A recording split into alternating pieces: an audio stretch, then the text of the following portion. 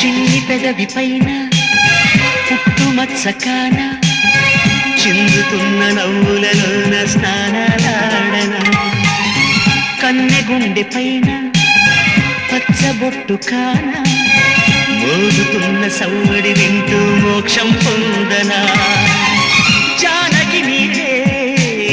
రాముని మేడ నీ జారిన బయటేనే కోరిన కోట తెలుగు భాషలోని వేల పదములు కరుగుతున్నవి నా వలపు భాషలోన చెలియ పదమే మిగిలి ఉన్నది